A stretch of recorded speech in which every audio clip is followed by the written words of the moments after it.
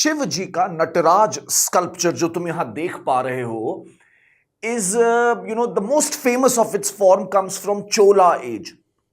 तुम्हें मालूम है कि ये एक फोटो, ये एक पोस्चर कितना सारा सिंबलिज्म होल्ड करके बैठा है। इनका बाल अलग चीज दर्शाता है, ये साइड में जो बना हुआ है ये अलग चीज दर्शाता है। It is very rich in symbolism. It is suppose to display the entire cycle of creation and destruction. Welcome to Art and Culture Snippets. We are looking at sculptures. इस प्लेलिस्ट में तुमने गुप्ता एज के sculpture को देख लिया है और अब अगला टाइम, जो अगला एपिसोड, जो ये एपिसोड है, इस पर हम लोग फोकस करने वाले हैं sculpture during the post Gupta times. इस पर हमारा फोकस होने वाला है कि जब गुप्ता एम्पायर का डिक्लाइन हो गया, आफ्टर दैट हमारा जो क्लासिकल फॉर्म ऑफ स्कल्पचर था उसका क्या हुआ, वो किस तरह से इवॉल्व हुआ, हम ये समझने की कोशिश आज के लेक्चर में करने वाले हैं। शुरू करते हैं। जो लर्निंग ऑब्जेक्टिव आज के सेशन का होने वाला है वो हम पहले तो रीजनल स्टाइल्स जो निकल के आई, अलग अलग रीजन में अलग अलग टाइम पीरियड में कुछ प्रोमिनेंट स्टाइल्स निकल के आई हैं, उनको स्टडी करना हमारा काम है। उनमें हमें देखना है कि भाई ये किस तरह से पोस्ट गुप्ता जो पीरियड था वो क्लासिकल स्टाइल से अलग था। कुछ बड़े एग्जाम्पल्स हमें फोटो देखनी होगी, उनके फीचर्स को समझना होगा ताकि हम कुछ कीवर्ड्स अपने जहन में बैठा पाएं जिनका यूज हम अपने आंसर्स में और एस्से में कर पाएं। यह भी हमारा एम होने वाला है और साथ ही साथ कहीं ना कहीं हमें इसका महत्व समझ में आए, इंपॉर्टेंस समझ में आए पोस्ट गुप्ता स्कल्पचर की। तो मैं मानूंगा कि ये सेशन हमारा कामयाब हुआ। These are few of the learning objectives that we are aiming for. Let's start. मुझे बताना वीडियो देखने के बाद कि इसमें से कौन कौन से ऑब्जेक्टिव तुम्हारे पूरे हो पा रहे हैं। ठीक है, चलो बात को शुरू करते हैं। और शुरू करने के पहले एक मजेदार बात तुम लोग को जरूर बता दूं। Shri Ram's IAS free 1-on-1 mentorship program दे रही है। फॉर्म को भरो, कुछ अपनी डिटेल्स हमारे संग शेयर करो, एक स्लॉट बुक करो और आकर के 1-on-1 बैठ के इत्मीनान से कॉफी पीते हुए बात करो और आगे की क्या तुम्हारी राह होनी चाहिए, क्या चॉइसेस होनी चाहिए, इस बारे में एक frank conversation. You are most welcome for that to Shri Ram's IAS free 1-on-1 mentorship. See you guys. आगे बढ़ते हुए पोस्ट गुप्ता पीरियड हमें यह स्टडी करना है, तो इसको हम 7th से लेके 12th या 13th सेंचुरी तक मान सकते हैं। 12th तक, नॉर्थ इंडिया के लिए 12th मान के चलो, मोटा मोटा ये रूल, क्योंकि उसके बाद फिर दिल्ली सल्तनत आने लगेगा, फिर हम मिडीवल पीरियड में जाकर के कुछ और डेवलपमेंट्स देखने लगेंगे। और साउथ के लिए 13th सेंचुरी तक मानो, क्योंकि वहां पर तो थोड़ा देर से इस्लामिक आर्मीज पहुंची, इस्लामिक पॉलिटिकल कंट्रोल थोड़ा देर से पहुंचा, पहले नॉर्थ में पहुंचा। तो 7th से लेके 12वीं शताब्दी when it comes to north India and till 13th century when it comes to south India, ये कुछ टाइमलाइन है। अच्छा, इस पोस्ट गुप्ता पीरियड में हमें जो गोल्डन एज था स्कल्पचर का, क्लासिकल एज जिसे बोल रहे हैं, गुप्ता पीरियड, उसके एलिमेंट्स की कंटिन्यूटी भी मिलेगी। मतलब जो क्लासिकल मॉडल ऑफ स्कल्पचर था उसके कुछ फीचर्स हमें जस के तस कंटिन्यू होते देखेंगे और कुछ कहीं ऑफ कोर्स ट्रांसफॉर्मेशन भी होगा। क्लासिकल फेज में तो पूरे भारतवर्ष का एक आइडियल फॉर्म था और वही चल रहा था। गुप्ता आर्ट वो सबसे प्रोमिनेंट थी। लेकिन गुप्ता के डिक्लाइन के बाद अब कई अलग अलग रीजनल एम्पायर हो जाएंगे।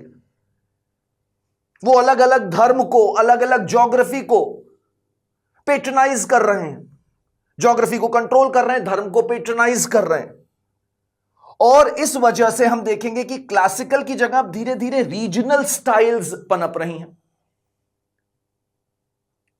वो कुछ तो कॉपी कर रही हैं गुप्ता स्टाइल को और कुछ उनके अपने यूनिक ज्योग्राफी, कल्चर, उनसे एसोसिएटेड ट्रांसफॉर्मेशंस भी हो रहे हैं। हमें स्पिरिचुअल डेप्थ देखने को मिलेगी। आओ इस वर्ड को थोड़ा सा और समझेंगे धीरे धीरे। जब फोटो देखोगे तो इस विषय पर और बात हम लोगों के निकल के आनी चाहिए। स्पिरिचुअल डेप्थ, जैसे कि गुप्ता पीरियड में तुमने देखा होगा कि एक काम हम लोगों ने डिस्कस किया था, एक इनर काम दिख रहा है। यहां पर हमें ज्यादा एक्सप्रेसिव स्कल्पचर दिख रहे हैं, जिनके मुख पे भक्ति भाव भी है, ज्यादा इंटेंस इमोशंस हैं। वहां पर तो एक कामनेस है, यहां पर तुम्हें और ज्यादा एक्सप्रेसिव और इमोशनल एलिमेंट्स भी देखने को मिलेंगे। क्लासिकल स्कल्पचर, जैसा मैं तुम्हें बता रहा था, जो गुप्ता पीरियड का था, वो काम था, बैलेंस था और आइडियलाइज्ड था।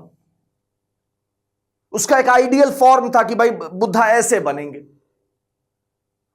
उनके चेहरे पर यह भाव भंगिमा होगी। लेकिन अब रीजनल स्टाइल में ये सारी चीजें धीरे धीरे बदलेंगी। देखो, पोस्ट गुप्ता स्कल्पचर जो है वो अलग हो जाएगा, क्लासिकल से वो भिन्न हो जाएगा, अलग हो जाएगा। कैसे?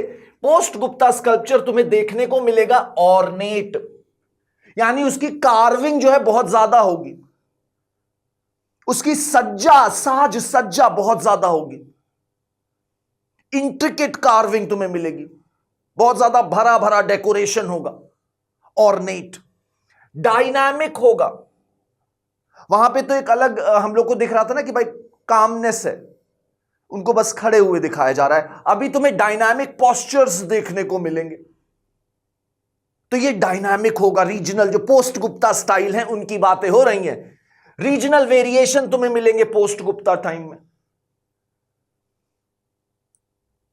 पाल एरिया में अलग टाइप का स्टाइल होगा, खजुराहो में अलग होगा, पल्लव और चोल साउथ इंडिया में अलग होगा, वेस्टर्न इंडिया में राष्ट्रकूट और चालुक्य उनका अलग सेंस होगा, डिपेंडिंग अपॉन कि उस रीजन में कौन सा स्टोन अवेलेबल है, वहां की जो राजा है वो कौन से धर्म को सपोर्ट कर रहे हैं, तो अलग अलग थीम चुनी जाएंगी और उसी हिसाब से डिफरेंसेस आएंगे।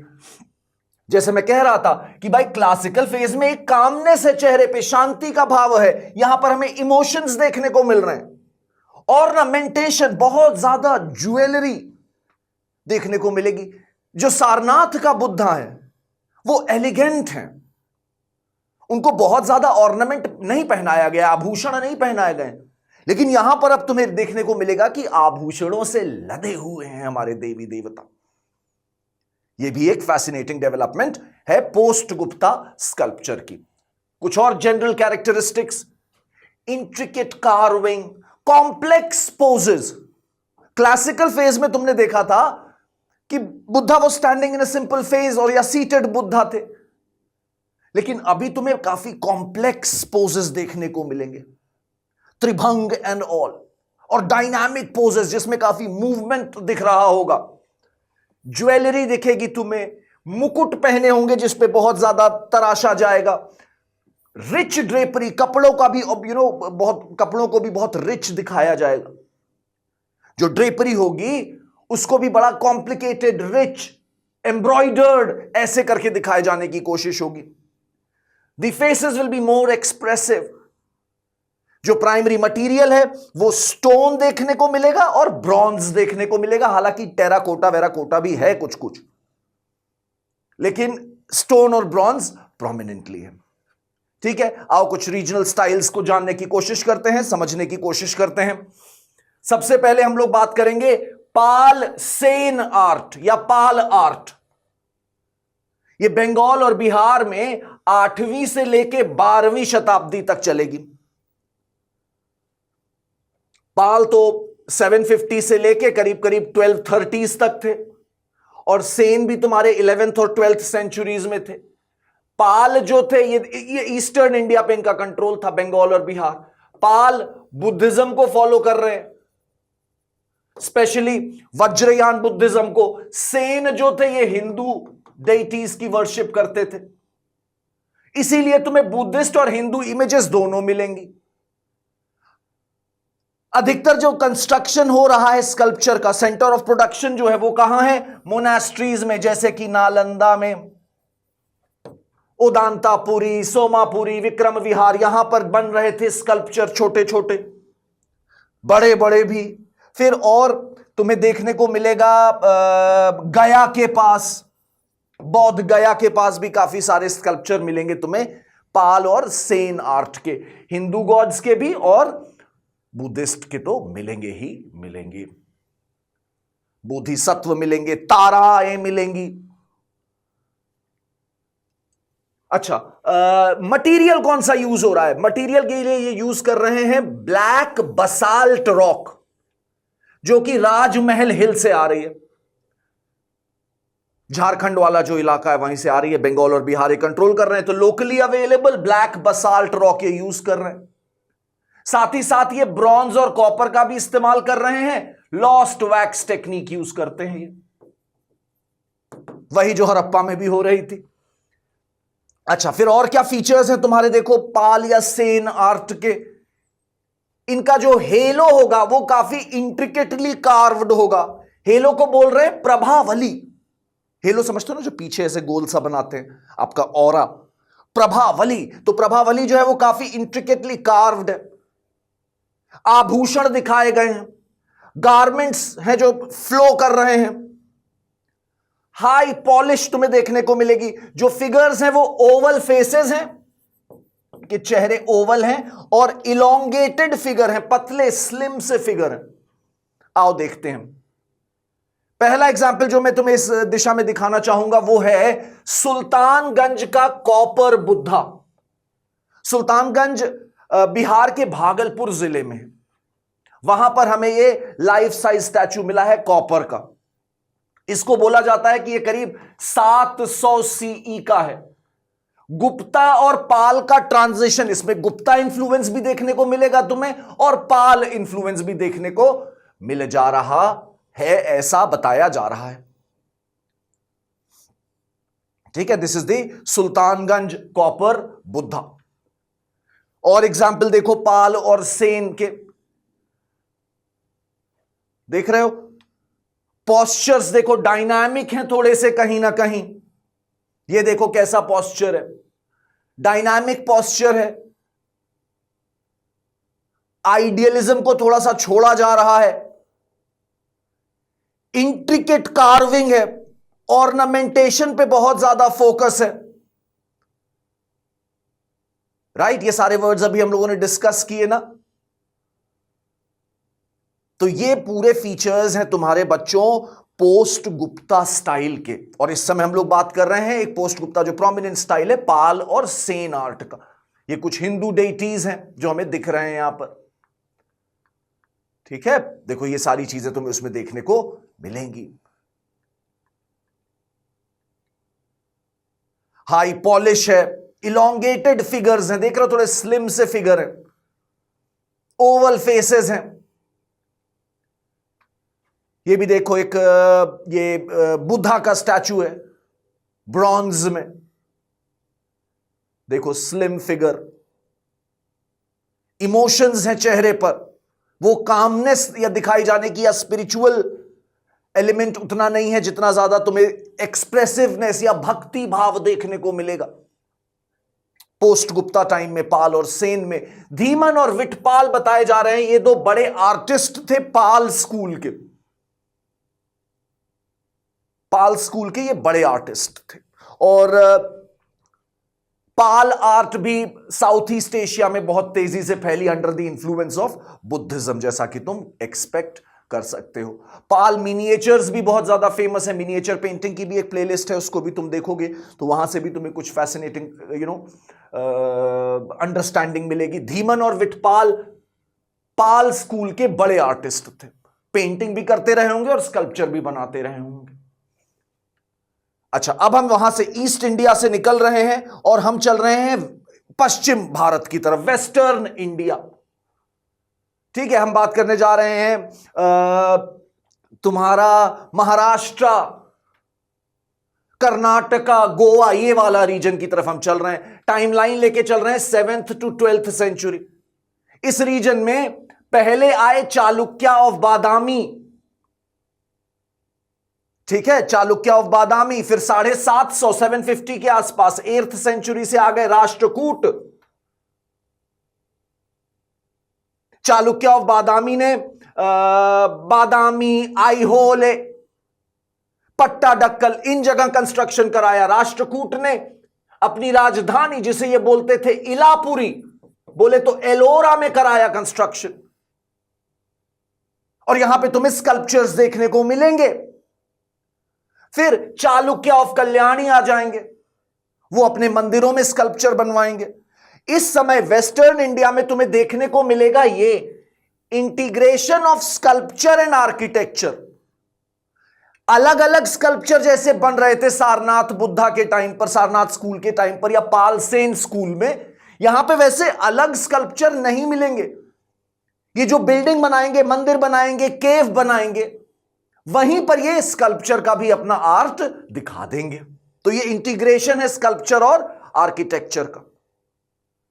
कंस्ट्रक्शन कहां पर हो रही है, सेंटर कहां पर है ये, मतलब जहां पे प्रोडक्शन हो रहा है इनके स्कल्पचर का, ये है बच्चों घटप्रभा एंड मालाप्रभा नदियां।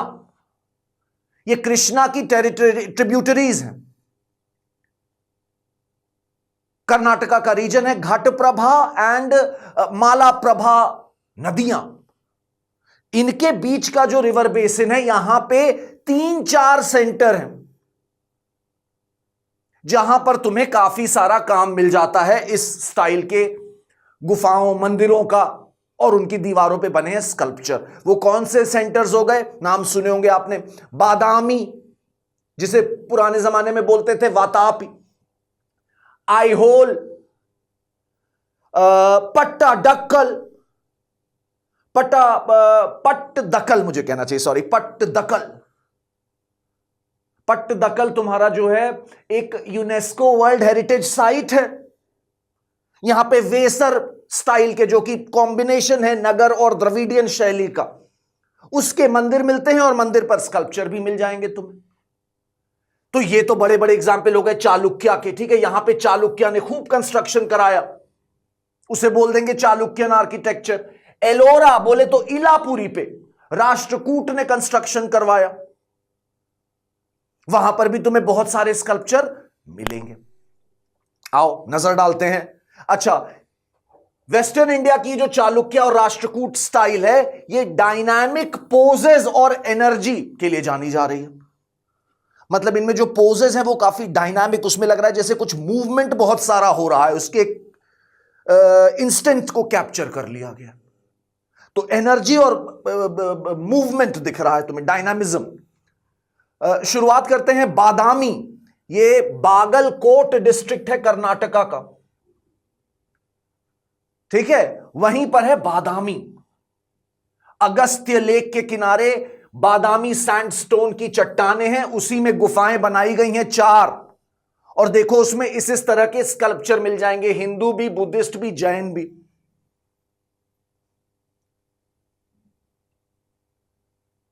ये देखो, ये भी वही बादामी के एग्जाम्पल हैं। ये नटराज तुम्हें दिख रहे हैं, ये देखो डायनामिज्म देख रहे हो। ये है स्टोरी, ये भी क्या कहते हैं तुम्हारे त्रिविक्रम, विष्णु जी के जो वराह नहीं, सॉरी, वामन अवतार, जो राजा बलि के पास गए और उनसे कहा कि भाई भिक्षाम दे ही, तो राजा बलि ने कहा बताओ भाई ब्राह्मण पुत्र तुम्हें क्या चाहिए, मैं तुम्हें कुछ भी दे सकता हूं। तो उन्होंने कहा मुझे 3 पग दुनिया, 3 पग जमीन दे दो भाई। बाली ने कहा अरे ले लो, but then he acquired his विराट रूप, and this entire story is from the Vaman अवतार। पहले पैर पे इन्होंने पृथ्वी जीत ली, दूसरे पे दूसरा लोक, और तीसरा जब रखने की जगह ही नहीं बची, ऐसा कुछ स्टोरी बताते हैं। तो बाली ने अपना सर आगे कर दिया कि आप मेरे ऊपर रख दो भाई, राइट। तो इन्होंने बाली को आशीर्वाद दिया कि भाई I am happy with you, और तुम्हारे लोग जो है तुम्हें बुलाएंगे और तुम्हारी पूजा करेंगे साल में 1 बार। बाली वॉज अ राक्षस but he was a very good king, उनकी प्रजा उन्हें प्यार करती थी। तो उन्होंने कहा ठीक है, वो साल में 1 बार वो तुम्हें बुलाएंगे और तुम्हारी पूजा करेंगे, उसी को ओणम कहते हैं। And apparently Bali returns to his people. बड़ी फैसिनेटिंग स्टोरी। तो देखो ये देख रहे हो ना, ये पूरा बादामी का स्कल्पचर है। डायनामिज्म देखो और एनर्जी देखने को मिल रही है, ऐसा किताबी शब्द बता रहे हैं, बाकी तुम्हारे सामने है, तुम जैसा महसूस कर रहे हो। फिर देखो एलोरा का स्कल्पचर, एलोरा पे जो स्कल्पचर है वो तो भाई बहुत ही ज्यादा जबरदस्त है। जैसे ये पूरा मंदिर है, ये पूरा मंदिर ही एक स्कल्पचर है, क्योंकि एक चट्टान को काट के, एक पहाड़ को काट के इसको बनाया गया है। Kailashnath temple, integration of architecture and sculpture at its zenith. ये पूरा एक बहुत बड़ा सा स्कल्पचर है, मल्टी स्टोरी। एलोरा का स्कल्पचर सबसे फेमस है ऑफ कोर्स कैलाशनाथ, और इसकी दीवारों पे और भी स्कल्पचर्स बने हुए, which is one of them which is very famous, Ravan lifting the mount Kailash. Ravan Kailash के पर्वत को उठा रहा है और ऊपर शिव जी और पार्वती जी बैठे हुए हैं। कैलाश डगमगा रहा है और पार्वती जी थोड़ा सा डर के शिव जी के निकट आ गई हैं। This entire story is being depicted here, dynamism, right? This is post Gupta sculpture. Moving on, अब हम बढ़ रहे हैं बच्चों सेंट्रल इंडिया की तरफ। 10th to 12th सेंचुरी हमें देखने को मिल रहा है खजुराहो या Chandel sculpture. By the way Ellora basaltic rock से बनी हुई है, बसाल्टिक रॉक है। खजुराहो और चंदेल स्कल्पचर सेंट्रल इंडिया में। यहां का जो मंदिर का बेस है, यहां पे भी मंदिर है और मंदिरों में ही स्कल्पचर बनाया गया है, ठीक है? तो जो बेस है वो ग्रेनाइट का बना है और जो स्ट्रक्चर है वो सैंडस्टोन, बलुआ पत्थर का बना है। Highly ornate, ornamented, decorated and sensual carving, senses को प्लीज करने वाली कार्विंग, सेंसेस के प्लेजर को दिखाने वाली कार्विंग। मिथुन कपल्स दिखाए गए हैं making love. They are a sign, a symbol of fertility, they are a symbol of fertility. ये दिखाया गया है हमको यहां पर। खजुराहो के स्कल्पचर में इंसान की भावनाएं, इमोशन दिखाई जा रहे हैं। नेचर से प्रभावित थीम्स है, नेचुरलिज्म दिखाया जा रहा है। Graceful bodies with rhythmic movement. These are few of the aspects of Khajuraho sculpture. Sandstone के बने हुए ये खूबसूरत sculpture, again UNESCO World Heritage Site. Enough said, isn't it? Beautiful they are, all of them. Moving to South India now. Now you're going to look at Pallav and Chol style. Pallav और Chola style को आकर के देखते हैं और जरा समझते हैं। साउथ इंडिया में पल्लव थे 7th to 9th सेंचुरी। इन लोगों ने लाइवली, एलिगेंट एंड नैरेटिव, कहानी बता देने वाले स्कल्पचर बनाए हैं। कहां पर बनाए हैं? महाबलीपुरम में बनाए हैं। नरसिम्हा वर्मन ने जब चालुक्यों को हराया तो उन्होंने एक टाइटल लिया जिसे कहते हैं महाममल्ल, बोले तो द ग्रेट रेसलर, और एक सिटी स्टैब्लिश करी जिसे कहते हैं, जिसका नाम रखा Mamallapuram. This name got sanskritized and became Mahabalipuram. यहां पे पल्लव कंस्ट्रक्शन बहुत ज्यादा है। यहां पर इन्होंने देखो ये बनवाए हैं, these are known as rock cut temples, monolithic rock cut temples. Kailashnath में भी मोनोलिथिक रॉक कट टेम्पल्स हैं, वो बहुत बड़ा है, ये छोटे हैं, उसके मिनिएचर हैं। एक बड़ा सा बोल्डर लिया गया और उसको काट काट के ये रथ तैयार किए गए हैं। इनका नाम ऐसे द्रौपदी रथ, अर्जुन रथ एटसेट्रा है। इन्हें पंच पांडव रथ कहते हैं। ये फोटो बहुत खूबसूरत लगी मुझे, इसलिए मैंने तुम्हारे संग शेयर करी। देखो इसमें क्लियरली दिखाया जा रहा है कि कैसे 5 यहां पे ये रथ हैं। इनका क्या प्रिसाइज पर्पस है, नोबडी नोज। किस भगवान की पूजा में बने थे, क्यों बने थे, पूजा के लिए बने थे या कोई और पर्पस था, वी डोंट नो। ये पल्लव्स ने बनवाए महाबलीपुरम में। ये उनके स्कल्पचर का एक अच्छा एग्जाम्पल माना जाता है। सिमिलरली महाबलीपुरम में ये एक बहुत बड़ा सा स्कल्पचर है। एक रॉक के फ्रंट फेस पे, सी फेसिंग जो उसका वो है, सी फेसिंग साइड है, वहां पर ये बड़ा सा स्कल्पचर बनाया गया है। इसको कहते हैं डिसेंट ऑफ गंगा, या इसका एक और नाम रखा गया है अर्जुन्स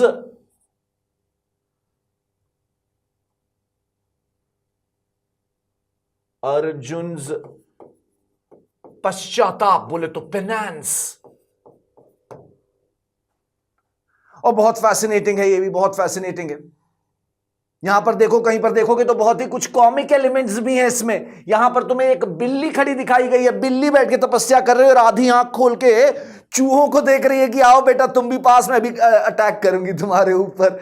this is the cat, worshipping cat at Mahabalipuram. Very fascinating structure, indicating that this was a very fun activity for them, telling stories through sculpture. तो उसमें उन्होंने कई सारे एलिमेंट यूज किए हुए हैं। तभी तो देखो ना, लोग समझ नहीं पा रहे कि इसका मेन थीम क्या है इस पूरे स्कल्पचर का। क्या ये जब गंगा नीचे उतरी भागीरथी की मदद से, ये वो है, या ये अर्जुन को पश्चाताप करते, प्रायश्चित करते दिखा रहा है, उनका पेनांस दिखा रहा है। People are not sure, hence the two names. Okay, चलो आगे बढ़ा रहे हैं बात को थोड़ा सा तुम लोग के साथ। चोला स्कल्पचर, पल्लव के बाद साउथ इंडिया में चोलाज आ गए। 9th से लेके 13th सेंचुरी तक इन्होंने डोमिनेट किया साउथ इंडिया को। इन्होंने मंदिरों पे तो कार्विंग करवाई ही करवाई, स्कल्पचर बनाए ही बनाए, साथ ही साथ इन्होंने लॉस्ट वैक्स टेक्निक के ऊपर परफेक्शन हासिल करी, मास्टरी हासिल करी और बनाया उससे बहुत सारे statues. The most famous of course is the iconic Nataraja. Shiva ji को कहते हैं ना भाई नटराज, isn't it? नटराज और आदि योगी नटराज हो गए।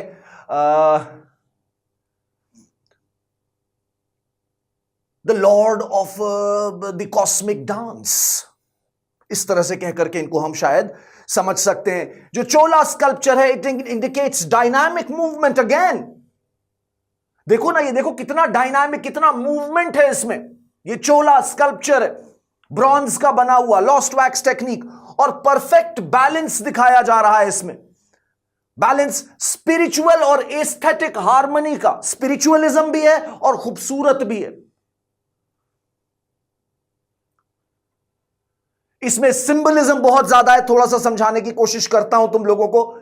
ये जो साइड में पूरा इसके स्ट्रक्चर बना हुआ है, ये जिसमें फ्लेम्स निकल रही हैं, इसे कह रहे हैं प्रभा मंडल, the flaming halo. It indicates the cycle of creation and destruction. ये शिव जी के तीनों रोल दिखा रहा है, क्रिएटर, प्रिजर्वर, डिस्ट्रक्टर।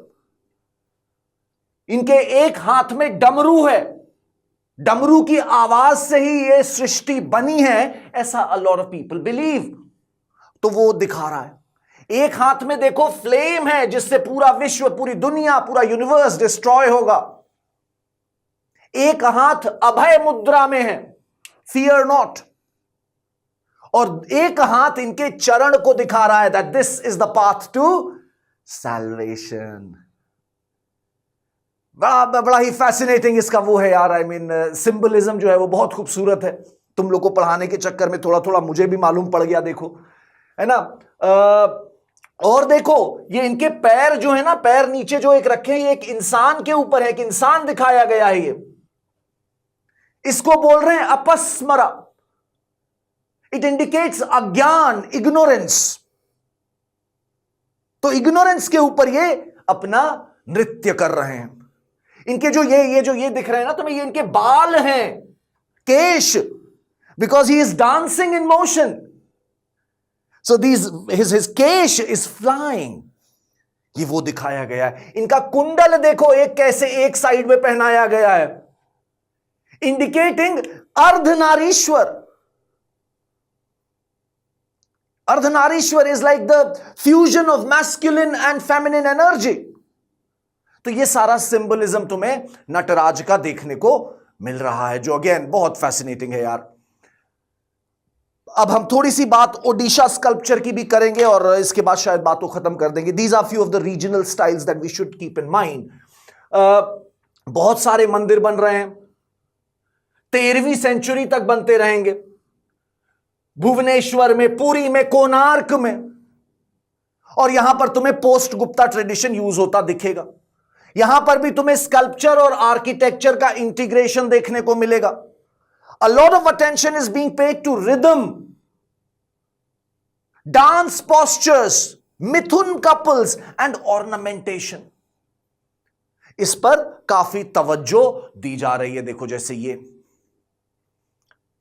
कोणार्क का तुम्हारा जो है ये स्कल्पचर दिख रहा है। कोणार्क का जो सन टेंपल है बच्चों, जो 13th सेंचुरी में बनवाया नरसिम्हदेव ने, जब उन्होंने क्या कहते हैं दिल्ली सल्तनत को हराया, तो उस खुशी में उस इवेंट को कॉमेमोरेट करने के लिए कोणार्क सन टेंपल बनवाया। और उस पे देखो किस तरह की स्टोन कार्विंग और स्कल्पचर बनवाए गए हैं। इनको जीआई टैग भी, कोणार्क स्टोन कार्विंग को जीआई टैग भी मिला हुआ है। It's a living tradition. ठीक है, तो ये कुछ बड़ी बड़ी स्टाइल्स थी जो तुम्हें ध्यान में रखनी होंगी पोस्ट गुप्ता स्कल्पचर के लिए। Availability of stone, patronage and religion determine these regional variations. जहां पे जो पत्थर था, जैसे राजा मिले, जैसे उनका धर्म था उस एरिया का, उस हिसाब से अलग अलग थीम पे ये स्कल्पचर्स बने और इनकी अपनी रीजनल वेरिएशंस हैं। और कहीं ना कहीं पे कंटिन्यूटी भी है गुप्ता का और ट्रांसफॉर्मेशन भी है। कुछ ये बड़े आइडियाज याद रखना और छोटी छोटी डिटेल्स भी दिमाग में बैठाओ। See you in the next class. Bye bye.